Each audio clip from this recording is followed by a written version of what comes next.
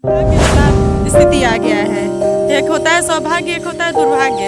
हम लोग का दुर्भाग्य है कि हम लोग ऐसी स्थिति में जी रहे हैं। बच्चों को एक वक्त अगर इंसान खिला रहे तो दूसरे वक्त के लिए सोच रहा है कि पता नहीं अगले वक्त में खिला पाएंगे या नहीं। मैं रोक दिया हूँ। कंपनी वाला तो हमसे लेगा आपसे तो हम तो एकदम उदास हो गए थे कि आप अपना गाड़ी ले जाइए, हम जो जमा किए हैं हमारा पैसा। देख रहे हैं कि जाम तो उसी तरीके से बना हुआ है। अभी उसमें टोटो दिखाई नहीं दे रहा है, जैसे कि मान लीजिए तमाम फोर व्हीलरों से और बसों से जाम लगी रहती है, लेकिन उसमें टोटो नजर आ रहा है, 10-20 नजर आ रहा है। ये 8 किलोमीटर दिया है, लाल वाले को 2 किलोमीटर दिया है, हरा वाला को 3 किलोमीटर दिया है, नीला वाले को 2 किलोमीटर दिया है। ये सब रो रहे हैं। इसमें नमस्कार दोस्तों, मैं सूरज कश्यप आपका बहुत स्वागत करता हूं पब्लिक के मन की बात में बीत जनता रॉक। पब्लिक को क्या दिक्कतें हुई आपको आइए पब्लिक से डायरेक्ट जानते। कुछ ऑटो चालक हमारे साथ हैं, आइए डायरेक्ट उनसे पूछते हैं। तो जो बारकोड लगाया गया है भाई, उसको लेके आप क्या कहना चाहेंगे? उसको मतलब कि आपका जो रोज़ चलता था पहले के टाइम में, आज चल पा रहा है? 2 टाइम का वक्त का खाना भी अच्छे से हो पा रहा है? नहीं, खाना तो ठीक है हो जा रहा है, लेकिन जो जैसे कि पहले हम लोग बचा लेते थे कि कुछ अलग से इनकम होता था तो भविष्य के लिए बचा कर रखते थे, वो आज नहीं हो पा रहा है क्योंकि हम खाने तक ही सीमित रह गए। अब जैसे कि पहले क्या कमाते थे 1000-1200 पार हो जाता था, आज हम लोग 700-800 पे ही अटके हुए हैं।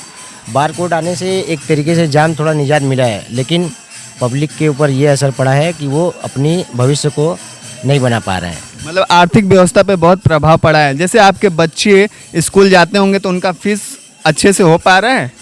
फीस तो छोड़िए, हम स्कूल सोच रहे हैं भेजें कि ना भेजें। मतलब स्कूल अभी बच्चे जा रहे हैं कि नहीं? नहीं, अभी तो हमारा बच्चा 3.5 साल का है, लेकिन भविष्य में हम तो ये सोच रहे हैं पढ़ा पाएंगे कि नहीं पढ़ा पाएंगे। तो मतलब बहुत ज़्यादा वो पड़ा है। बहुत ही ज़्यादा है। हम प्रशासन से यही हाथ जोड़ के विनती करेंगे कि ये जो फैसला है ठीक है, लेकिन एक तरीके से बहुत गलत भी है। आप इस पर थोड़ा विचार करिए। आप देखिए कि माहौल क्या बना हुआ है बनारस में। कुछ जगह ऐसा हो गया है कि जहाँ नो एंट्री लगा हुआ है, नो एंट्री होने के बावजूद भी गाड़ियाँ अंदर जाती हैं, वो गिने चुने लोग की जाती हैं। और सुनने में आया पैसा जो देता है उसका एंट्री करवा दिया जाता है। हाँ, ऐसे तो बहुत लोग बोले, लेकिन हम लोग कभी पक्की सबूत नहीं है तो हम लोग नहीं बोल सकते। ये जो चक्कर है लाल पीला हरा जो चला हुआ है, सुनने में आया पीले वाले को 9 किलोमीटर का रेंज दिया गया है, रेड वाले को 2-3 किलोमीटर। तो ये ऐसा कैसे हो सकता है? अच्छा है कि 9 किलोमीटर या 10 किलोमीटर मुझे नहीं मालूम, लेकिन बारकोड से ये प्रभाव पड़ा है कि हम लोग की जो इनकम है एक तरीके से मान के चलिए कम हो गई है। पहले हम लोग अच्छे से कमा लेते थे, कम समय में हो जाता था 1000-1200। तो अगर ऐसा रेंज को लेकर भी हो रहा है तो आपको नहीं लगता है कि भ्रष्टाचार इसमें भी हो रहा है? देखिए, वो भ्रष्टाचार आज कोई भी नहीं ख़त्म कर पाएगा।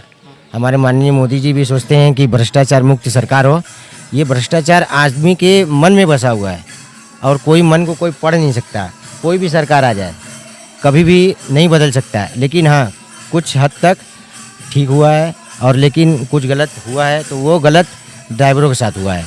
ये बारकोड तो आइए और दोस्तों दूसरे सवाल दीदी आप क्या बोलना चाहेंगी बारकोड को लेके? बारकोड के लिए लेके तो भैया हम लोग सब लोग परेशान हैं। ठीक है, बच्चे पढ़ाई नहीं कर पा रहे हैं, बच्चों को स्कूल से घर बैठा दिया जा रहा है, और गरीब जनता क्या खाएगी, क्या बच्चों को पढ़ाएगी, क्या अपने भविष्य के लिए सोचेगी?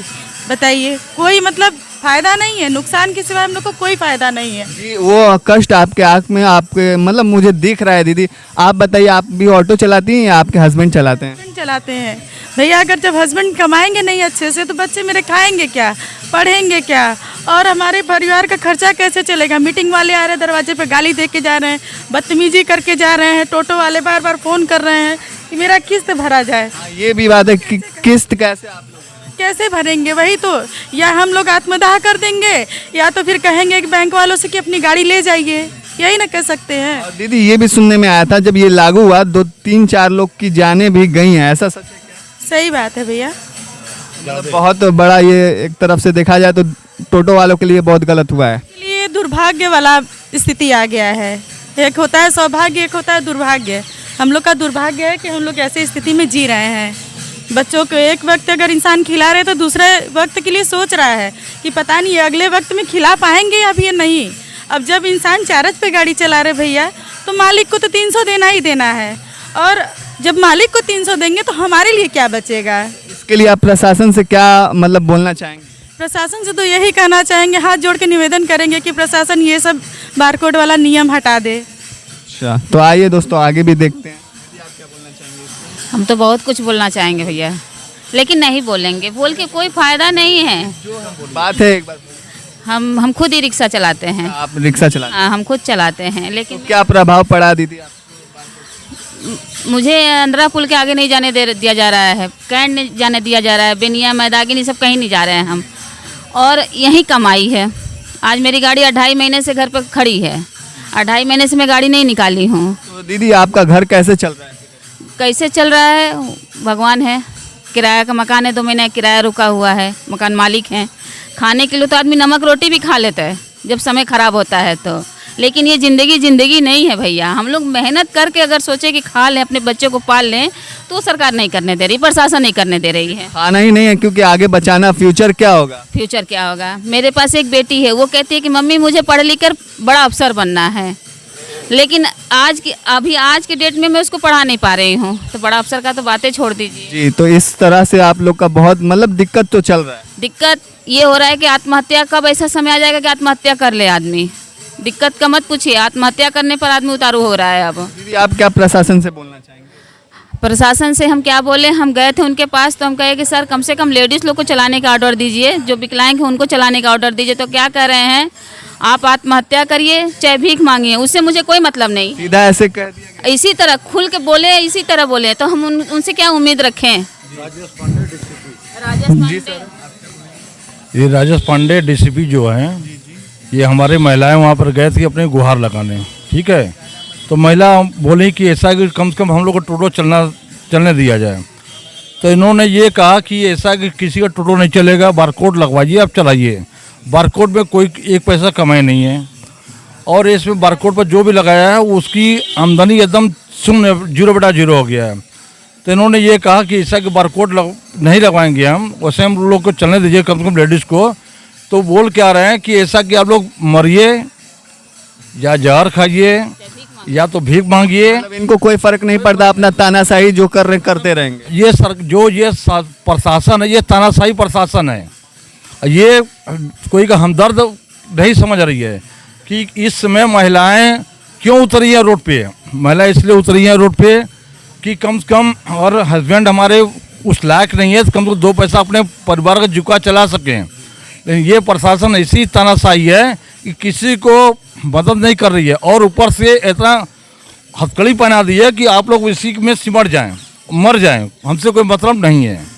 अंकल एक बात पूछना है, जैसे कि रेंज को लेके बड़ा वो है कि पीले वाले को इतना दिया गया है, लाल वाले को इतना दिया गया, तो ये क्या सच है क्या कि मतलब इन्होंने जो किया है बहुत बेकार काम किया है। बारकोड पीले वाला को 8 किलोमीटर दिया है, लाल वाले को 2 किलोमीटर दिया है, हरा वाला को 3 किलोमीटर दिया है, नीला वाले को 2 किलोमीटर दिया है।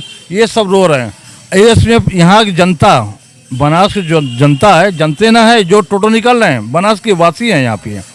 तो इन्होंने अपना 2 पैसा ऋण कर्जा लेके कोई औरत का गहना बेच के इन्होंने टोटो निकाला कि 2 पैसा अपने आमदनी करके हम अपने परिवार जीविका चलाएंगे।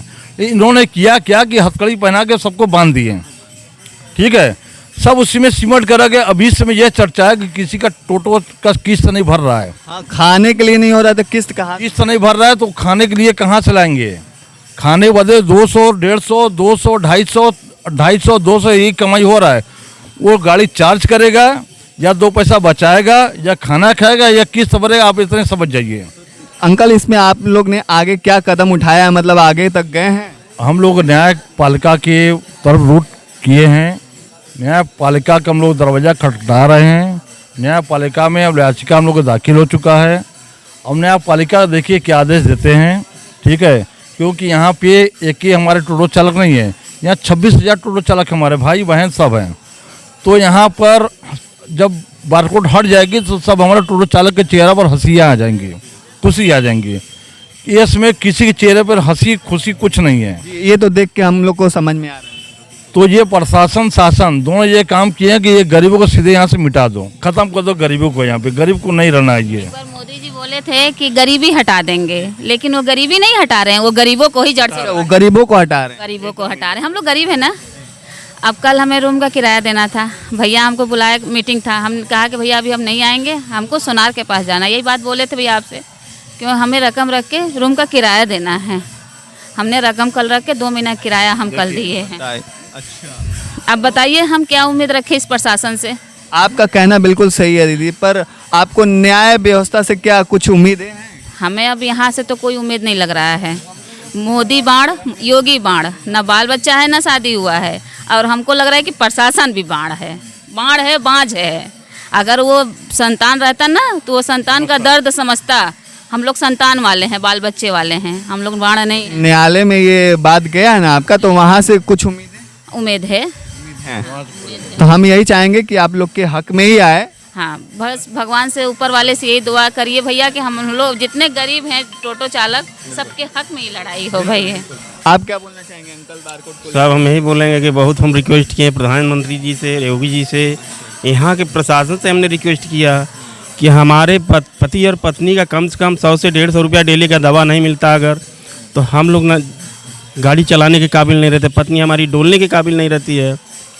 उसके बाद उनका कहना है कि पहले बारकोड लगेगा, बारकोड के अंदर गाड़ी चलेगा। अच्छा, बारकोड लगाएं ठीक है, लेकिन उनको ये पता है कि दूर से हमारे गाड़ी पर कोई नहीं आएगा। बाबतपुर एयरपोर्ट से, थाना गद्दी और केराकत सिंधोरा से वो जब आएगा बस से तो उतरता है तो वो उसी जगह जाएगा जहाँ मार्केटिंग है, जहाँ स्टेशन है, जहाँ रोडवेज है। अभी आज हम लोगों को दादा ये कहना है प्रशासन का कि ऑटो से बहुत जाम लगता था, पर ये रूट डाइवर्ट करने के बाद भी तो लग रहा है जाम की निजात से अगर आप वो बोल रहे हैं कि हमको बहुत जाम की निजात से बहुत आशीर्वाद मिल रहा है, लेकिन हम तो देख रहे हैं कि जाम तो उसी तरीके से बना हुआ है।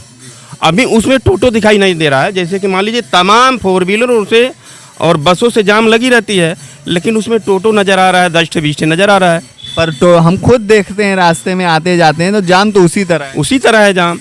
तो देखिए बनारस काशी की नगरी है, हर ले यहाँ आते हैं तो जाम तो रहेगा। उस ज़माने में जब रिक्शा पैर वाला चल रहा था तब हम लोग लोहटियाँ लहुरा बीर से पहुँचने में रिक्शा से कम 1-1 घंटा जाता था, 1.5 घंटा जाता था।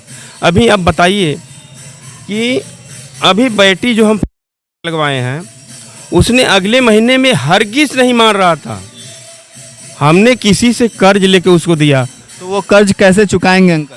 अब एक उम्मीद पर चल रहे हैं कि हो सकता है कि न्यायालय हमको न्याय दे। अच्छा, न्यायालय पे आपको भरोसा है?